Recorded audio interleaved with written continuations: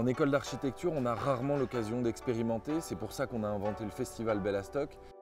Cette année, on propose aux étudiants en architecture, en art ou en design de concevoir, construire, habiter, déconstruire leur projet à partir d'un matériau, la paille, qui est la thématique de cette année. Le festival Bellastock, c'est 6 mois de travail. Il y a eu des conférences, des formations professionnelles et puis il y a le chantier collectif qui va avoir lieu pendant les 4 prochains jours. On a été recrutés en tant qu'encadrant pour notre capacité de construction. On ne venait pas forcément du monde de la paille. Donc pour ça, on a eu une formation qui s'appelle la formation ProPaille, qui est professionnalisante.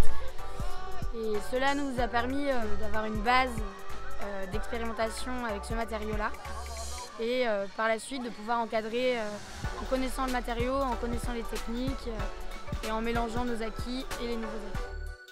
Pendant le festival, nous les encadrants, on a un rôle d'accompagnateur, mais aussi de régulateur technique.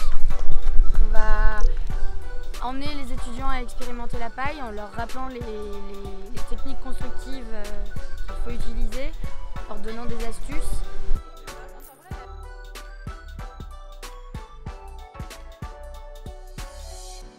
Avant tout ça, déjà, on avait une phase de projet.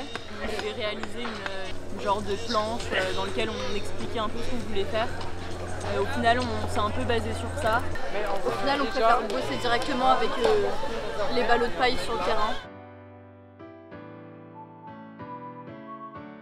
On se dit tant qu'à faire, plutôt que faire chacun son projet dans son coin, vu qu'on nous a mis par groupe de 4, groupe de 5, on s'est dit autant faire quelque chose de collectif. Il y a une sorte d'intelligence collective, parce que moi je leur ai dit mais non mais attendez, là c'est une charpente, ça marche pas. Ils en ont fait une à côté, elle a l'air de marcher. L'architecture c'est 80% de pompe, vous allez voir ce qu'ils font, et ils ont copié le principe, ils l'ont amélioré. On a comme ça des savoirs qui circulent un peu.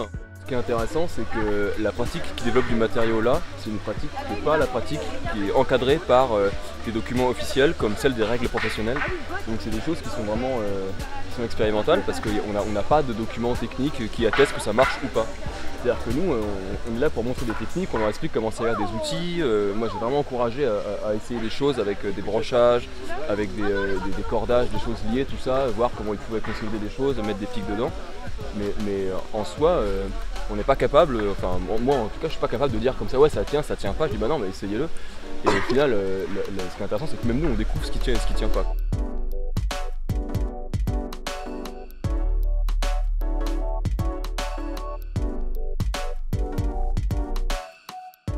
Bon alors est-ce que c'est une vraie voûte? Vu comment elle est soutenue, je pense que ça va tenir. Je n'y mettrai pas ma main au feu. Mais on va regarder.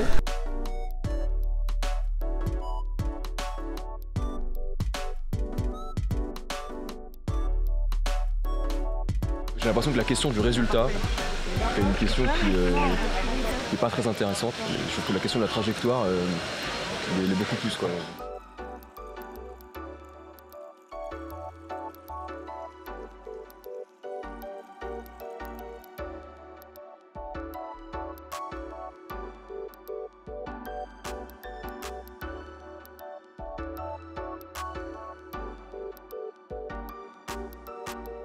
Tout autour il y a une arène, donc c'est pour combattre.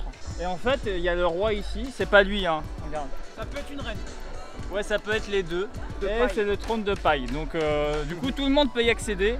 On a à peu près 35 équipes ici, il n'y a pas de bataille, tu vois, c'est ouvert. Enfin, ça c'est plus de l'ordre de l'expérimentation et ça va participer à notre espace public comme on va faire un bar certainement.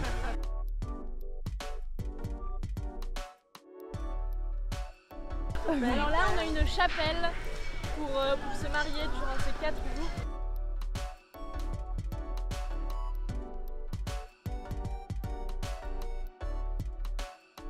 Ça ne paraît pas, mais c'est très organisé.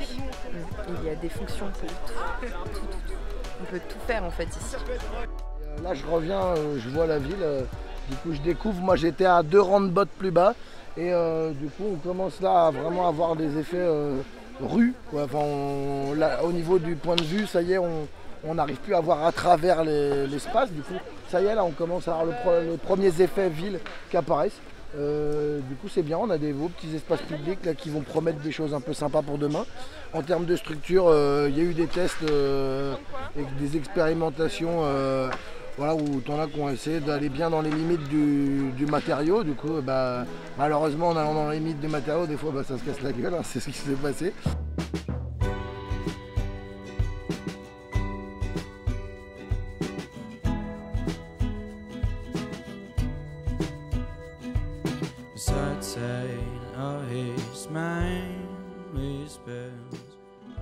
Bon, on a eu des bonnes surprises, les participants ont été assez audacieux. Là, juste ici, on a des arêtes de poissons, enfin les bottes sont assemblées en arêtes de poissons. Là-bas, on a une voûte à double claveau. Enfin, on a plein de choses auxquelles on n'aurait jamais pu penser avec une feuille de papier, un crayon ou un ordinateur. C'est vraiment la manipulation des bottes qui leur a permis de tester tout ça.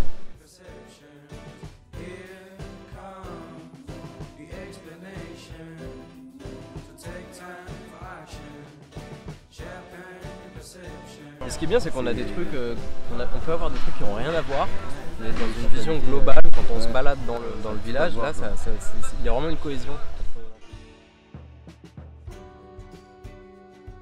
Belastock, en 3 mots, pour moi, c'est déjà découverte.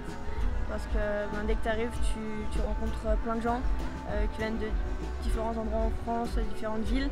Je partage parce qu'à chaque fois, on a beau venir avec des équipes un peu individuelles, un cercle restreint qu'on connaît. Et finalement, on se finit avec des teams de 15-20 personnes, donc c'est super sympa. On crée des gros trucs tous ensemble.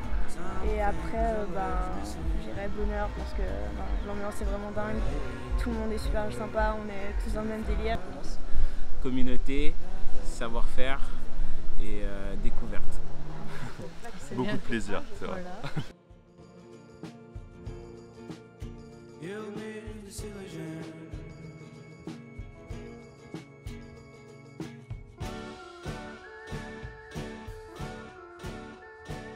Voilà. La dernière étape du festival, le dernier jour, c'est la déconstruction de la ville. C'est vraiment la fin du cycle. On a construit et vécu dans cette ville et là maintenant on l'a déconstruit. Ça fait partie de toute la pédagogie, on pourrait dire, du projet. C'est comment on va organiser la matière, la restocker, la reconditionner. Et chacun des matériaux doit repartir dans son cycle. Donc on va aller organiser toute la matière de façon à ce qu'elle puisse après retrouver de nouveaux usages. Donc, par exemple, les bottes de paille sont reconditionnées par ballot de 14 pour que l'agriculteur puisse facilement les récupérer et les ramener dans son stock. Tous les participants contribuent à cette déconstruction et vivent vraiment le cycle complet de leur projet, de la construction jusqu'à la déconstruction.